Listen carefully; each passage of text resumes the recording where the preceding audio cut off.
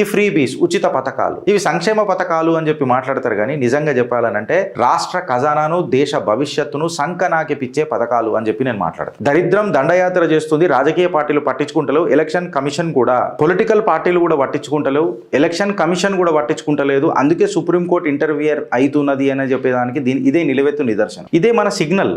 నిజంగా చెప్పాలనంటే ఎట్లా గిరీష్ అని చెప్పి మాట్లాడితే సుప్రీంకోర్టు ఇచ్చిన మెసేజ్ చాలా బ్లంట్గా ఉన్నది. సంక్షేమ పథకాలు అనేటివి ఎస్ అందరికి అవసరమే, గరీబోళ్ళకి అవసరమే, బీదోళ్ళకి అవసరమే, డెస్టిట్యూట్స్కి అవసరమే, కాదని అంటలేను.